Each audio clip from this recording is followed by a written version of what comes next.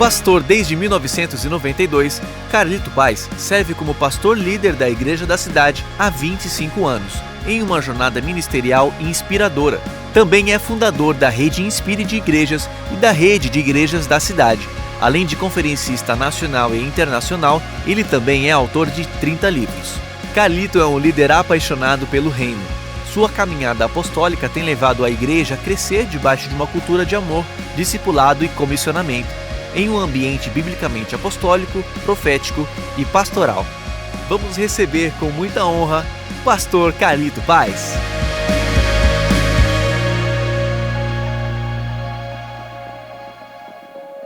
O povo mais feliz da terra está aqui nesta manhã. Por quê? Porque é o povo que em Cristo nunca vai morrer. É o povo dele que tem uma missão na terra e quando terminar, ou pela nossa morte terrena, ou pela sua volta, vai reinar com ele por toda a eternidade, para sempre e sempre. Amém. Então, por isso, eu e você somos chamados a não nos esquecermos que estamos aqui não para consumir, não só para desfrutar, mas para cumprir um chamado, para cumprir uma missão, para sermos uma casa de família profética, apostólica e pastoral. Que bom que você está aqui nesta manhã. Hoje, Deus me deu uma palavra que é sobre fundamentos apostólicos, proféticos, para sermos esse tipo de igreja. Porque não somos chamados para ser uma religião, não somos chamados para simplesmente construir uma estrutura, não somos chamados para reproduzir dogmas, não somos chamados para fazermos manutenção de um empreendimento gospel. Nós somos salvos para pertencer. Nós somos chamados para cumprir um propósito e uma missão. Mas é necessário, para que isso aconteça, desaprendermos algumas coisas que foram se instalando em nós ao longo da nossa história e formação. Num primeiro momento, antes de conhecermos a Jesus, e depois, em muitos casos, como foi o caso meu, participando, dando sequência a estruturas religiosas que outros receberam antes. Então eu gostaria que nesta manhã nós estivéssemos com o nosso coração e a mente abertos para aprender e desaprender também, mas sempre fundamentados na palavra. Pegue a sua Bíblia impressa, em papel como a minha, ou eletrônica no seu smartphone.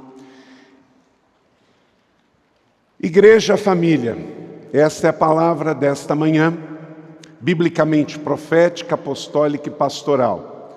Abra sua Bíblia em Efésios, capítulo de número 2, de 19 a 22. Pode citar a referência comigo? Efésios, capítulo 2, 19 a 22.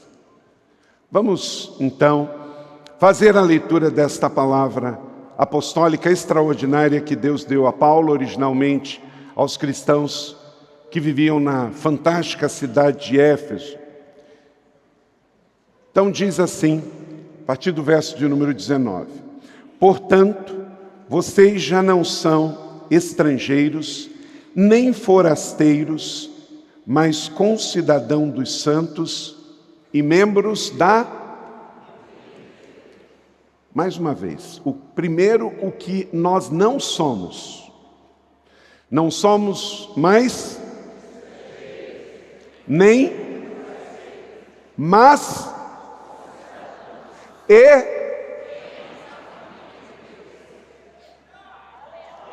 Igual. Precisamos ler, interiorizar e praticar, porque do contrário, a quantidade de apelos pela situação de doença emocional, pela situação de religiosidade, de orfandade, muitos insistirão em ser igreja com essas duas características negativas herdadas da velha vida antes de conhecer Jesus. Se sentir deslocado, fora do lugar, estrangeiro e forasteiro. O estrangeiro e forasteiro não tem pertencimento, porque ele não é da terra, ele não é da casa, ele não é do ambiente. E o Senhor nos resgatou deste jeito de viver. Ele não quis que o povo dele permanecesse estrangeiro no Egito, queria trazer para casa. E na nova aliança, isso se expandiu, não tem a ver mais com geografia, com território local, mas tem a ver com cidadania do reino. Podemos ser senegaleses, brasileiros, ucranianos, norte-americanos, canadenses, mas não podemos mais viver como forasteiros e estrangeiros. Temos que ter convicção que, independente do local geográfico do nascimento, temos que ter atitude de satisfação, de nobreza, de realeza, de tanque cheio, de pertencer a uma família, a um lugar, a um ethos, a um topos de reino, de família. Nós somos do rei, do reino e da noiva. Tem que haver esta clara noção do que nós somos. Então, o apóstolo Paulo, escrevendo aos crentes que viviam no Império Romano em Éfeso, ele fala dele mesmo, ele fala da igreja. Agora nós não somos mais estrangeiros nem forasteiros. O sentimento de orfandade tem que acabar, o sentimento de rejeição tem que acabar, o sentimento de deslocação, de desconforto tem que acabar, porque não somos o que o mundo diz que nós somos o que Deus diz que somos, nós somos o que a palavra diz que somos, nós somos o que a Bíblia diz que somos, e a Bíblia está dizendo que eu e você somos concidadãos dos santos e membros da família de Deus. Aqui está falando de duas coisas. Nós somos do reino e da igreja local. Concidadão dos santos quer dizer, somos parte do povo separado. Quem faz parte deste povo? Somos nós. Concidadão dos santos. Somos o povo do reino. Diga comigo, Basileia. Não é um império. É um reino de amor. Roma era um império. Impunha a vontade de César, e quem era contrário, morria, ia para a cruz. Mas o Senhor nos convida a com Ele nos unirmos num relacionamento pessoal de amor e nos tornarmos família com Ele. E aí, como a família biológica, tem várias casas, mas somos membros da família de Deus. A família de Deus que vive em São José dos Campos, que vive em Recife, que vive em João Pessoa, que vive em Salvador. Você não precisa escolher. Ame a sua igreja local e ame o reino de Deus, porque é isso que está aqui. Concidadão dos santos refere-se ao reino de Deus. Somos do reino de Deus.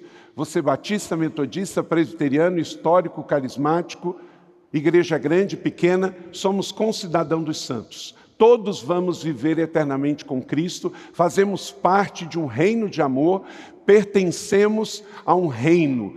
Éramos trevas, agora somos luz. Estávamos perdidos, fomos encontrados. Hoje fazemos parte do reino. Independente do nome da sua igreja, independente da idade da sua igreja, do número de membros da sua igreja, da formação teológica da sua igreja, somos todos concidadãos dos santos. Não vamos morrer, vamos só passar daqui, vamos viver eternamente. Temos um só fé, um só Senhor, um só batismo, uma só esperança. Amém? E nos unimos para fazer coisas como o reino. Mas também somos membros de uma família espiritual que tem casa, que é a sua e que você tem que amar, e tem que servir com os seus dons de governo, dom de serviço. E não existe esse negócio de Cristo sim, igreja não. Como é que você vai dizer sim para Jesus e não para a família dele? Isso é uma falácia. Se Jesus deu a vida pela igreja, como é que eu vou sair da igreja? Quem sai da igreja por qualquer motivo é porque não entrou por causa de Jesus.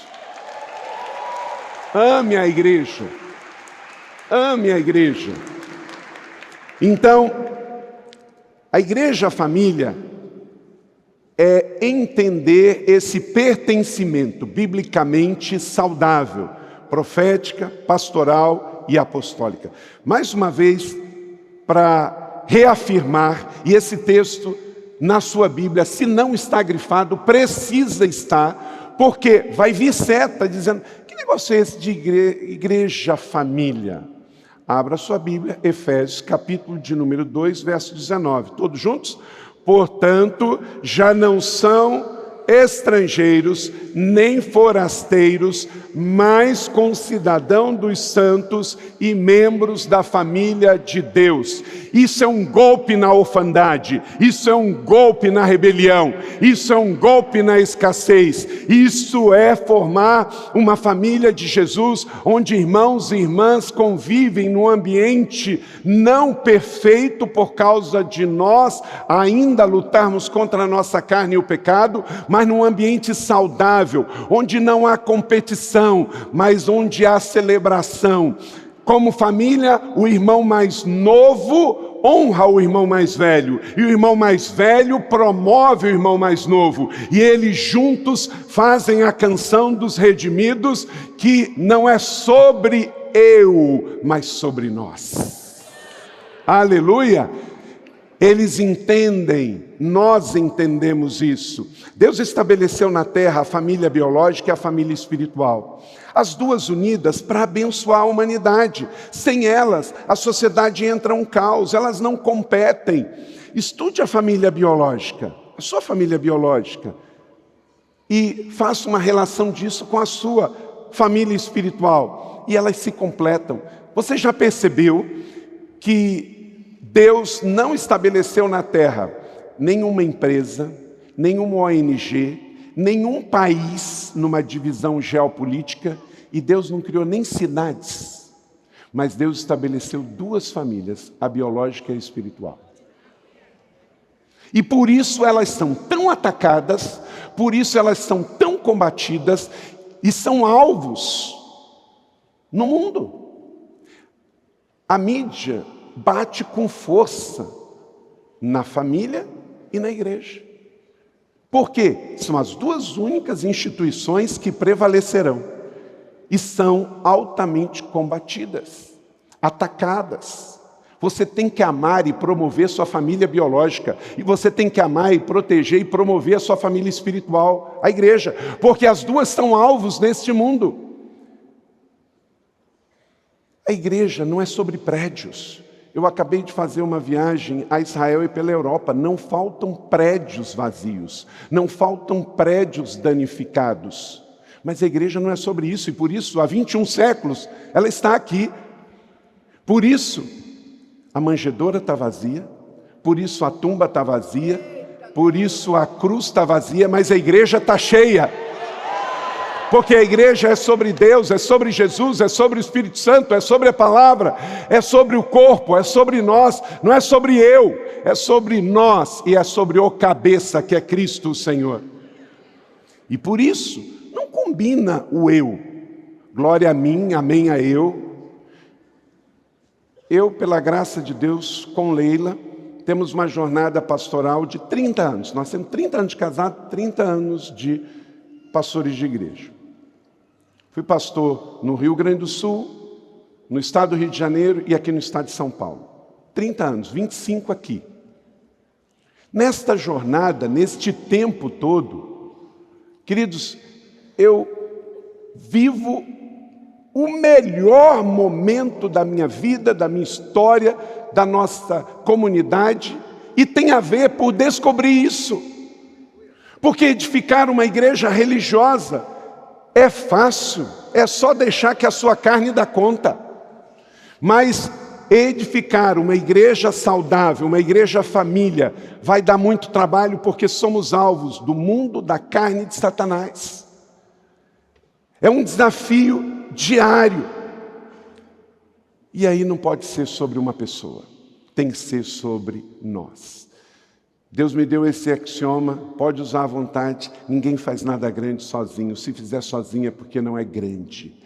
A igreja é algo muito grande para se fazer sozinho. Nós precisamos de todos os intercessores, de todos os voluntários, de todos os ministros, de múltiplos pastores, de líderes de grupos, de líderes de ministérios, de filhos, de filhas, para edificar algo tão grande, que é sobre Deus, que é sobre o reino. Eu quero que você veja um vídeo. Eu sei que você já deve ter visto esse vídeo institucional da igreja, e ele precisa até de uma atualização. Mas mais do que a imagem que eu sei que você conhece, eu queria que você prestasse atenção na narração, sobre a descrição de uma igreja família. Preste atenção no áudio, além da imagem.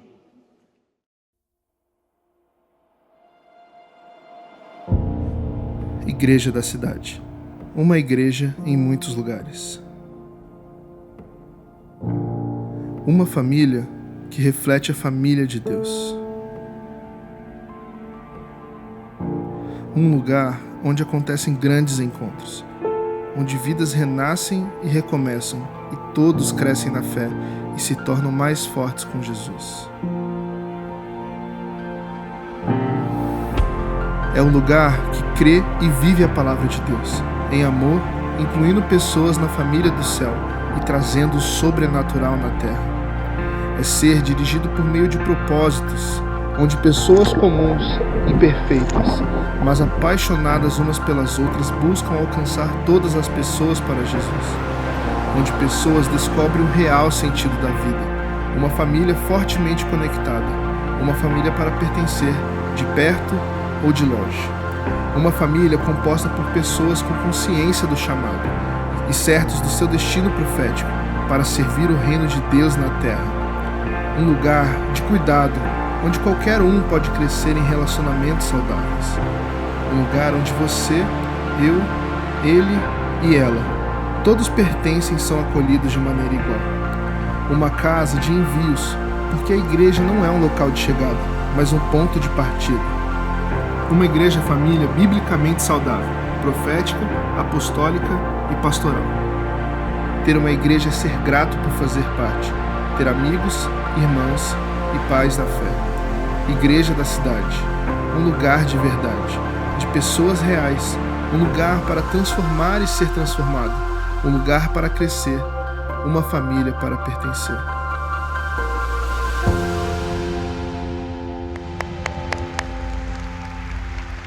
Pegou? Cada frase desta faz parte da nossa declaração de visão de ser igreja. Nós não somos um amontoado de crente, não somos um supermercado da fé, não somos uma instituição religiosa. Mas você tem que dizer o que a sua igreja não é. O apóstolo Paulo, escrevendo aos cristãos de Éfeso, ele diz: não somos forasteiros, não somos estrangeiros.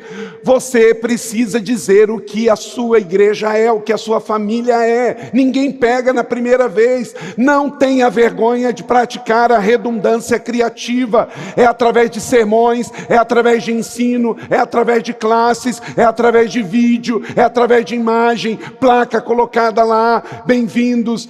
Não pode ter vergonha de falar axiomas. Por quê? tudo isso vai ajudar no ensino, no discipulado, nas pessoas entenderem na mente, guardar no coração e praticar na vida e no ministério. Uma família para pertencer, sim, porque as pessoas estão morrendo por falta de pertencimento. Quando as pessoas se unem a gangues, quando as pessoas se unem a grupos que muitas vezes estão indo até praticar crimes, estão se isolando. No Japão, tem jovens que combinam suicídio coletivo juntos. Por quê? Falta de pertencimento, mas de repente encontrou um grupo que convida ao pertencimento. A igreja não pode ser um lugar impessoal, um lugar frio, um lugar distante. Nós temos uma história. O cristianismo nasceu no contexto romano. Durante 300 anos, 3 séculos, nós éramos uma seita perseguida. Mas aí veio o Império Romano, que estava em decadência, percebeu que a maior força do império em ascendência era a igreja. Então, vamos encampar esta força. Isso foi muito maléfico para a igreja, porque aí a igreja se institucionalizou e através de Bizâncio nós passamos a ser os cristãos bizantinos. Pesado, cheio de dogmas, cheio de estruturas, não tinha essa efervescência e alegria, não tinha a Bíblia na língua do povo, não tinha os cânticos de alegria, e a igreja entra num período que vai até o ano 1000, com um peso, uma política extremamente pesada. Aí vem o primeiro grande cismas, mas mesmo assim nada muda na doutrina da igreja, só uma questão de oriental e ocidental. Aí vem o século XVI, depois da Era das Trevas, depois de tantas coisas difíceis e pesadas para a igreja, mas graças a Deus a igreja prevalece, mas continua precisando de ação do Espírito Santo. Aí vem a reforma, mas é uma reforma. Continuamos com muita coisa pesada que veio do Império Romano, que vem da igreja bizantina. A igreja reforma, mas ainda continua com uma estrutura extremamente pesada. Aí, graças a Deus, no século XVIII, século XIX, Estados Unidos, Europa, começa a vir um avivamento. Aí Deus traz vinho novo com os morávios, com John Wesley, vinho novo com Moody, com Spurgeon. Aí vem as missões modernas, o evangelho se espalha no mundo inteiro. Mas essas igrejas voltam a ser históricas. E para esse tempo, queridos, eu não tenho dúvida que agora não tem muito mais tempo. Nós estamos olhando agora para a volta de Jesus. Tudo o que está acontecendo. Saímos dos 2 piores anos desse tempo de pandemia.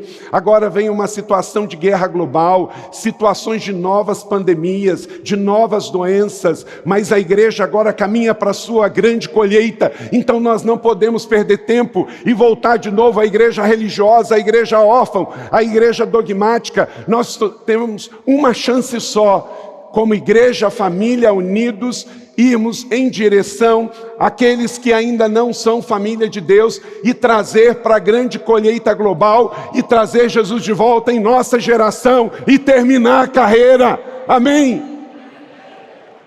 E só tem um jeito de fazermos isso, gente. Não dá para fazer isso como igreja fábrica, não dá.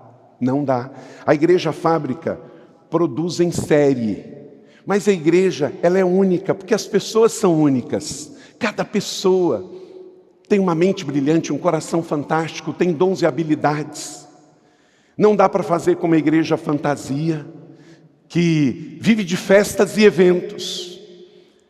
Uma família frequenta festas e eventos, mas não pode viver de festa e de evento. Só tem uma alternativa, a igreja família, que gera crescimento e multiplicação. Sermos uma igreja biblicamente saudável é a única solução de sermos a igreja que vai dar as boas-vindas na volta de Jesus aqui na terra e será arrebatada a noiva indo de encontro ao noivo. O projeto de uma família saudável espiritual é de Deus. Deus criou família a partir de Adão e Eva. Deus mandou construir uma arca para salvar a família de Noé. Os patriarcas, profetas e reis de Israel tinham família. Josué se posicionou em fé dizendo: eu e minha família serviremos ao Senhor. Jesus tinha uma família. Então, ter família biológica e ter família espiritual é algo bíblico no Velho e no Novo Testamento. E esse é o estilo de igreja que Deus quer para mim e para você. Ser uma igreja família. Não uma igreja fábrica, nem uma igreja festa. Às vezes vamos ter coisa de fábrica, às vezes vamos ter coisa de festa, mas pertencermos uma igreja família, uma igreja que gera filhos e filhas, que inclusive quando vai plantar outra igreja, vai enviar esses filhos e filhas como flechas inflamadas para cumprir o seu destino profético. Nós temos há 11 anos plantado igrejas a partir desta igreja. Plantamos 20, estamos plantando 33. Mas nós não plantamos igrejas se não for com filhos, porque aí eu pago agora ou pago depois. É melhor ir mais devagar, mas ir com os filhos que Deus te deu, do que você querer abortar e fazer isso de forma não orgânica, espiritual e processual, e simplesmente sair procurando pastor desempregado ou igrejas que estão falidas por erros e pecados e mudar a placa e achar que vai resolver as coisas. Abrir igreja não é abrir CNPJ, é fazer uma extensão da família, como você faz do seu filho biológico. Amém? Então, essa é a nossa vida agora. Isso está na Bíblia, isso é o que Paulo ensinou, essa é a doutrina apostólica. Mas na hora que você aplicar isso, religiosos vão ser contrários, sabe por quê? Como disse Bill Johnson, toda fé que você viver de forma ativa vai incomodar quem pratica a fé conceitual. Deixa eu dizer uma coisa para você, olha para cá. Pastor, quanto mais bíblico você for, quanto mais espiritual você for, mais você vai levantar a ira de quem vive na carnalidade. Você sabe por quê? A igreja, ao longo desses 21 séculos, o apóstolo Paulo em Efésios diz que tem 5 dons de governo, certo? Só que tanto a igreja institucional, bizantina, depois católica e a reformada, desses 5 dons de governo, pegou e fez o seguinte: vamos promover o pastor, vamos promover o mestre, vamos promover o evangelista. E as igrejas históricas até têm função remunerada para esses 3. Os outros 2, já que não dá para riscar o que está em Efésios, a gente faz o seguinte, a gente ignora. Não ensina, não fala sobre apóstolo e sobre profeta. Aí nós geramos o quê? A ignorância. E na ignorância vieram os erros. Porque quando você não abre a Bíblia para ler, meditar e ensinar o que é certo, quem aparece ensinando distorcidamente acaba fazendo a cabeça. E aí o que acabou acontecendo com a igreja na atualidade? Por causa dos erros, uma rejeição do que é ser, de fato, biblicamente, uma igreja que tem os dons de governo e que ela também deve ter uma visão, uma missão, uma doutrina que engloba tudo isso. Nós não precisamos só de uma igreja com um apóstolo. Nós precisamos de uma igreja com doutrina apostólica. Nós precisamos de líderes com visão apostólica. Nós precisamos de igreja família com movimentos apostólicos para fazer evangelismo, ação social, transformação social, plantação de outras igrejas, para viver o criative-se. A criatividade tem tudo a ver com o apostólico, para ir desenvolver, desbravar, criar, viver novos momentos, fazer o que ninguém nunca fez, plantar novas igrejas, criar novos ministérios, desbravar os 7 montes, conquistar territórios, mas não em função de uma pessoa. Não é sobre eu, é sobre nós. Quanto mais saudável for uma igreja família, vai haver respeito nas funções de pai, de mãe, de irmãos, mas não é sobre uma pessoa, é sobre nós, é sobre o cabeça, e nós somos o corpo de Cristo. Amém ou não amém?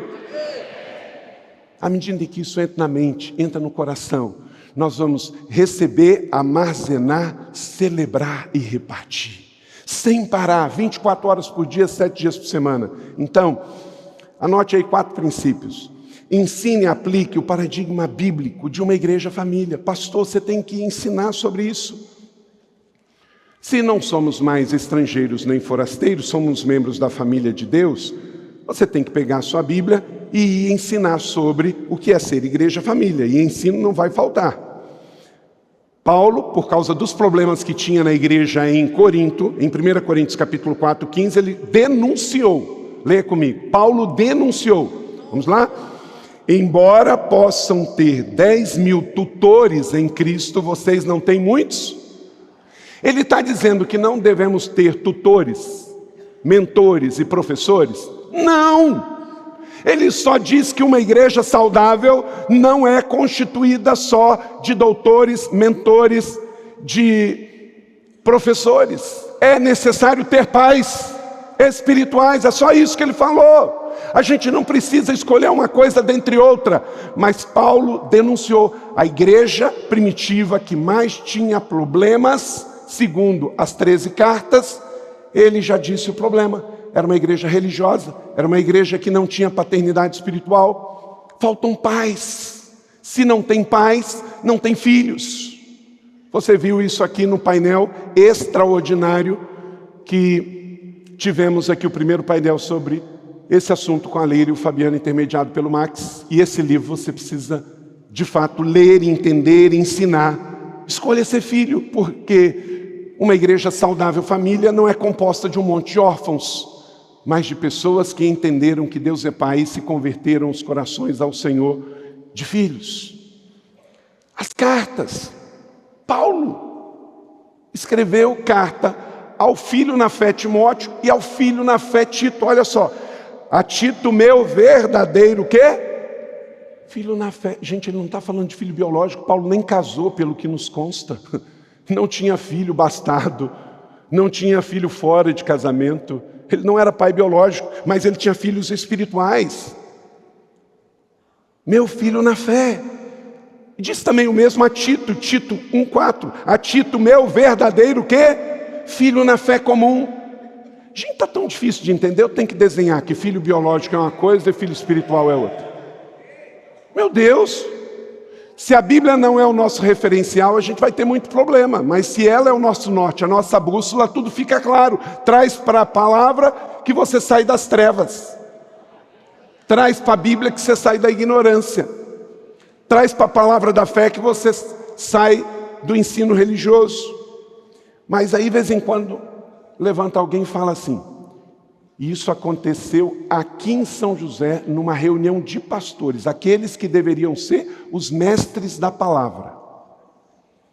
Um pastor levanta: mas Jesus ensinou lá em Mateus que a ninguém chamais de pai. E aí alguns crentes completamente ignorantes da Bíblia ficam: Aí vai para a internet, papagaio de pirata, e diz a mesma coisa. Meu irmão, olha para cá. Bíblia lida fora do contexto, tirada do texto, vira pretexto e vira heresia.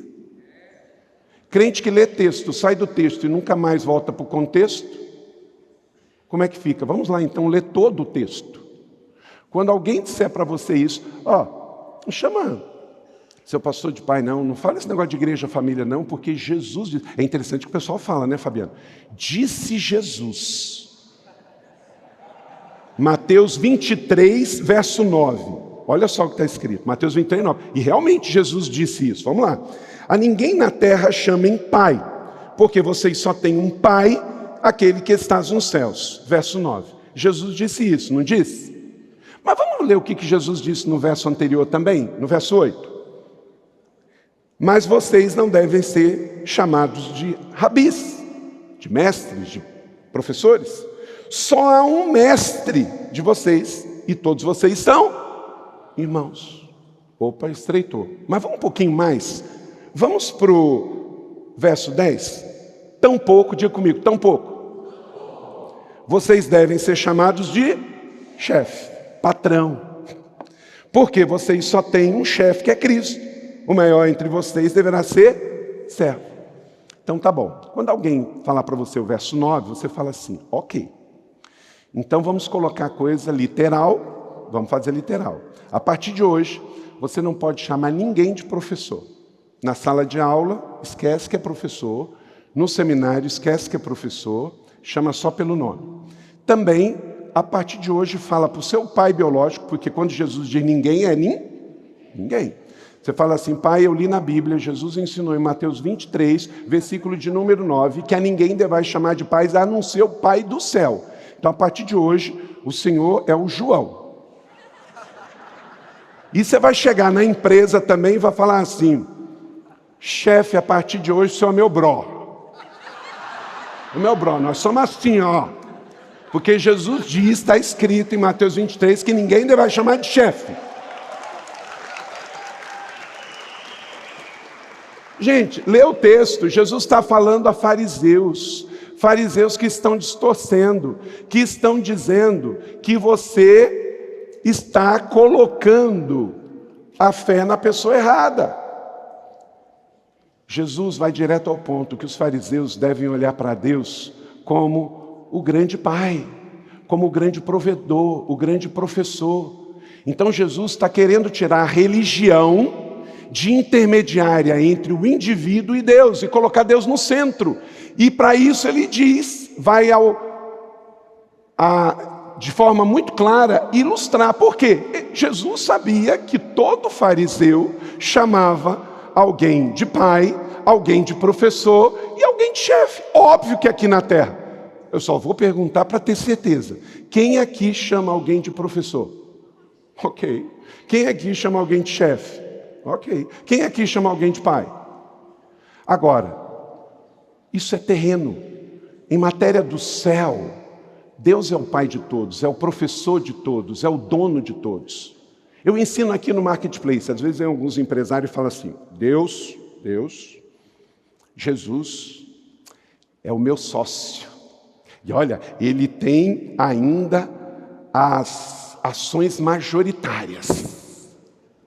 Gente, pensa numa palhaçada.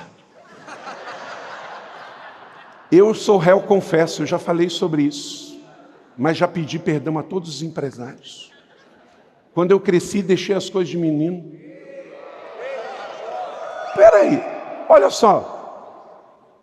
Você acha que Deus, que Jesus eu vou reduzi-lo a tanto para chamá-lo do meu sócio? Ele é o meu dono? Como é que eu vou querer que ele seja sócio do meu negócio? Eu abro uma MEI com capital de R$1.000. Jesus é o meu sócio majoritário. Jesus não quer ser dono da sua MEI, da sua microempresa, da sua grande empresa, da sua conta milionária, ele só quer o seu coração.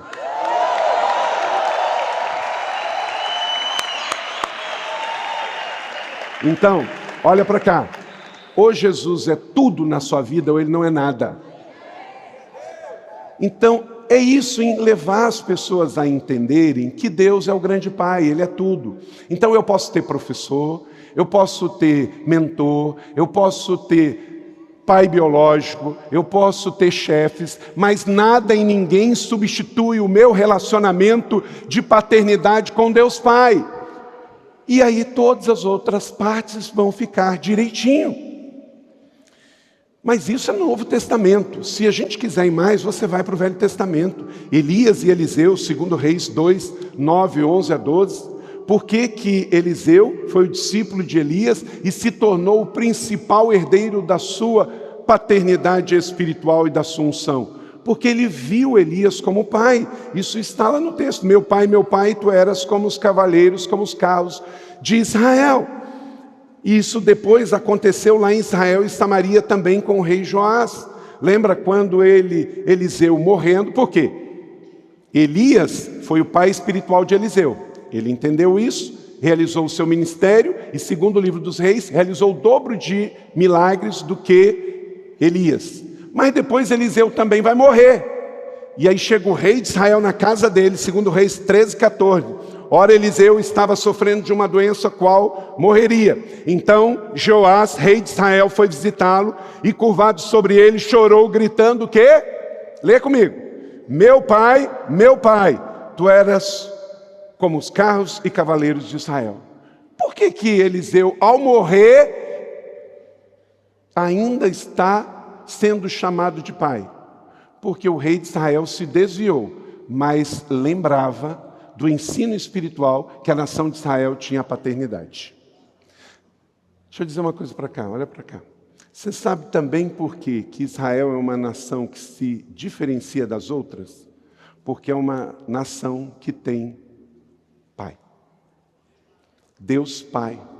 E em muitas outras nações não é pai, é idolatria. Entende? Pegou? É isso aí. É uma relação de Deus Pai. A paternidade resolve a orfandade definitivamente. O Deus de Israel, o Pai de Israel, isso faz toda a diferença na mentalidade. Até aquele rei mais longe, mais desviado, quando vai na casa do profeta que está morrendo, ele diz, abre a janela e joga as flechas. Aí ele diz, meu pai, meu pai, meu pai. Por quê? Porque ele lembrou do que os seus pais ensinaram. Ele era rei, estava distante, mas lembrou do ensino. Então, não falta referências bíblicas, às vezes falta coragem dos líderes de ensinar o que tem que ser ensinado.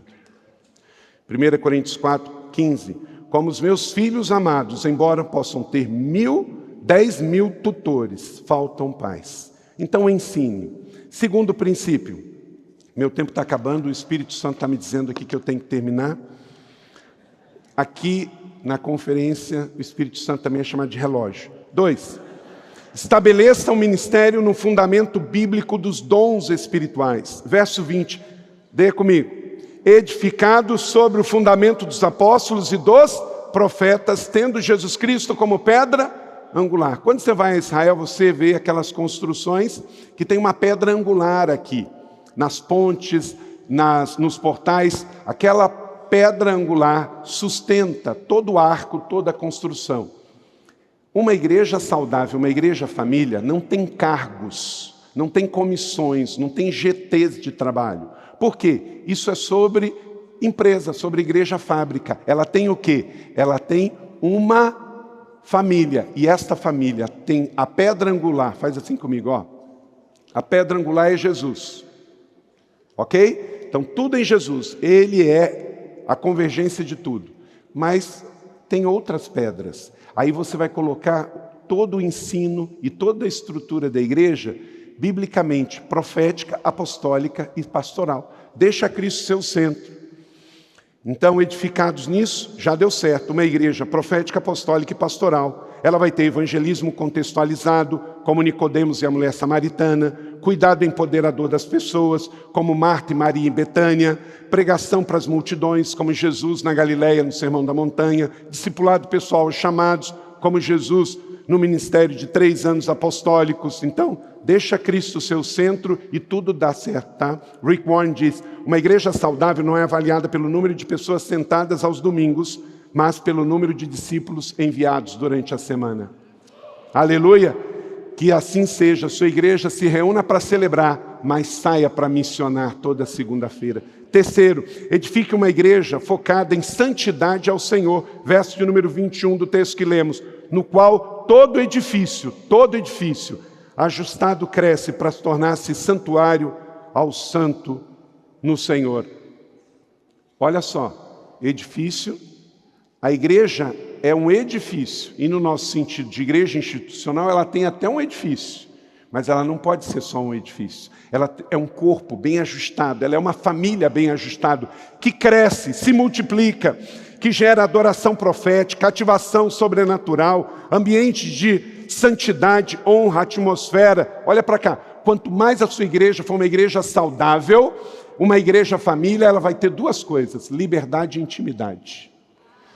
São 2 coisas que tem numa família biológica saudável.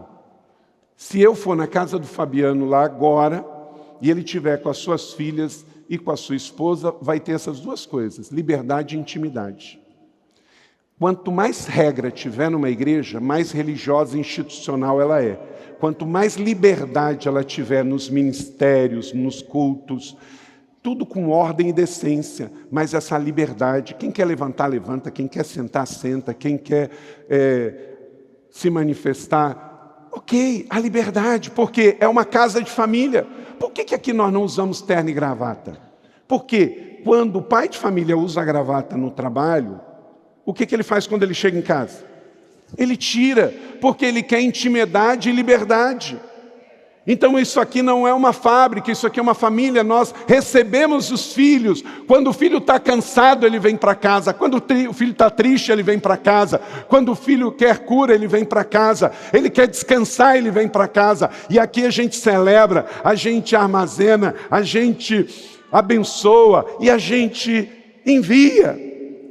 Uma igreja 24 horas, família. Por isso, precisa implantar um ministério profético, com casa de oração e adoração, ministério rural, ministério das bandeiras. Jesus é a nossa, você viu? A atmosfera mudou aqui, quando nós tivemos aqui a batucada abençoada lá de Santos, não foi?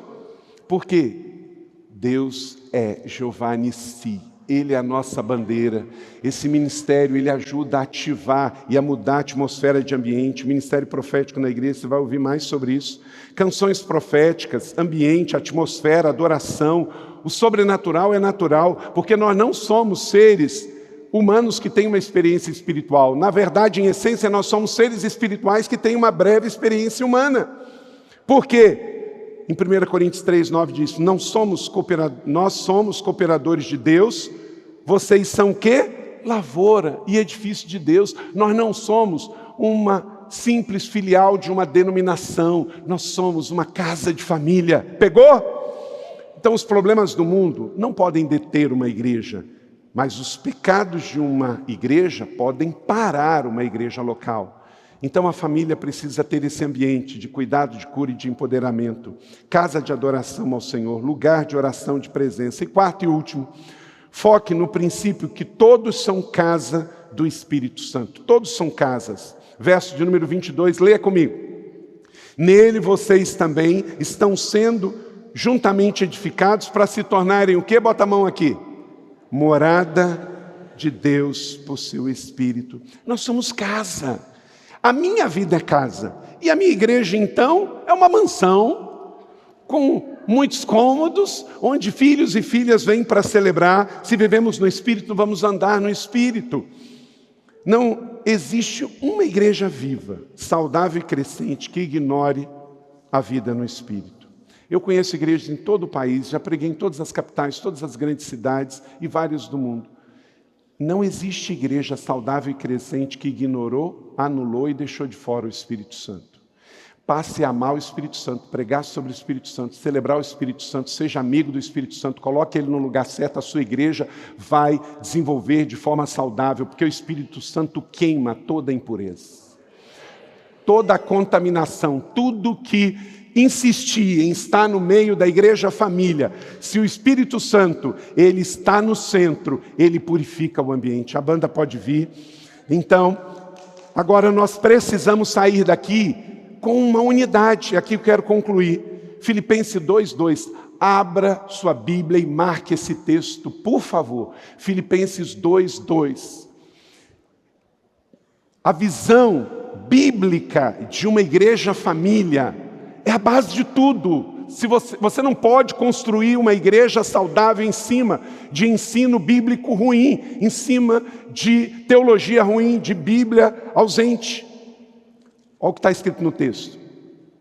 Completem a minha alegria, tendo o mesmo, vamos lá juntos? Completem a minha alegria, tendo o mesmo modo de pensar, mesmo amor, um só espírito e uma só atitude. Mesmo modo de pensar. Então quando alguém disser, o Márcio Meira ministrou isso aqui, nem sabia que eu ia falar sobre isso. Quando alguém disser, mas sabe qual é o seu problema? Você pensa igual o seu pastor. Espera aí, o seu pastor está falando que você tem que usar azul? O seu pastor está falando que você tem que deixar o cabelo comprido, porque isso tem mais santidade. E aí, coitado dos carecas, como é que vai ficar? Tem como, vão ter que comprar peruca, vai ter que ter peruca na bookstore da igreja? Se o seu pastor está ensinando um negócio desse, ele é doido. Então não é pensar como o seu pastor. Se o seu pastor gosta de azul, glória a Deus, você gosta de verde. Se o seu pastor gosta de cabelo comprido, você gosta de curto, aleluia. O seu pastor gosta de bike, você gosta de futebol. O seu pastor gosta de rock, você gosta de pop. O seu pastor gosta de pescar no frio, você gosta de dormir no frio. Ok, aleluia, glória a Deus. Agora o que Paulo está dizendo aqui é outra coisa, é muito mais profundo. Tende o mesmo modo de pensar. Você não pode estar numa igreja, numa liderança da igreja, e aí você está lá, o seu pastor está convicto da visão bíblica de uma igreja família, e você é contra, você quer uma igreja institucional, religiosa, formal. Ele fala de pequenos grupos de pastoreio, você não quer isso na igreja. Ele fala de celebrações com os proféticos, e você fala que isso é coisa de igreja pentecostal e etc. E começa a falar isso, e aí você começa a questionar. Paulo diz, em outras palavras, orquestra desafinada tem vida curta. Não dá para montar uma banda como essa e cada um tocar em um tom, cada um tocar uma música diferente. Paulo está dizendo que nós temos que ser uma só voz, a voz da Bíblia. Então, vamos sair daqui em unidade, visão de uma igreja família, com fundamentos apostólicos e proféticos, com a convergência na santidade, na adoração profética, com vidas que são moradas do Espírito Santo. Então transforme de forma efetiva a sua igreja institucional religiosa em uma igreja família. E aí nós vamos por todo o mundo, em todas as nações, batizando-os em nome do Pai. Não é em nome da denominação, da religião, do nome da igreja. Vamos em nome do Pai. E ele disse, vai ser fácil? Não. Mas ele disse que estaria sempre, sempre, sempre conosco. Então, essa é a garantia que temos. Não é a garantia de que vamos fazer igreja de família, que não vamos ter problemas, que não vamos ter órfãos, que não vamos ter desobediente e rebelde. Mas esse é o único jeito, porque é o jeito bíblico. E assim vamos ter autoridade e poder, generosidade, unção e missão para espalhar. Porque como disse Hudson Taylor, o Evangelho de Cristo não é apenas para o consumo interno, é também para exportação. Amém? Não podemos ficar só dentro da igreja, só na colina, só na montanha, só na bolha. Nós temos que exportar o Evangelho de Jesus. E a perspectiva desse exportar é todas as nações, é do Brasil para a Ucrânia. Ou nós vamos lá, ou vamos trazer os refugiados para cá. Nós vamos acolher o haitiano, o venezuelano, o afegão, o ucraniano, pobre, a viúva, o estrangeiro, porque uma casa de família é uma casa de abrigo para todos. Amém? Você pegou essa palavra? Glória a Deus.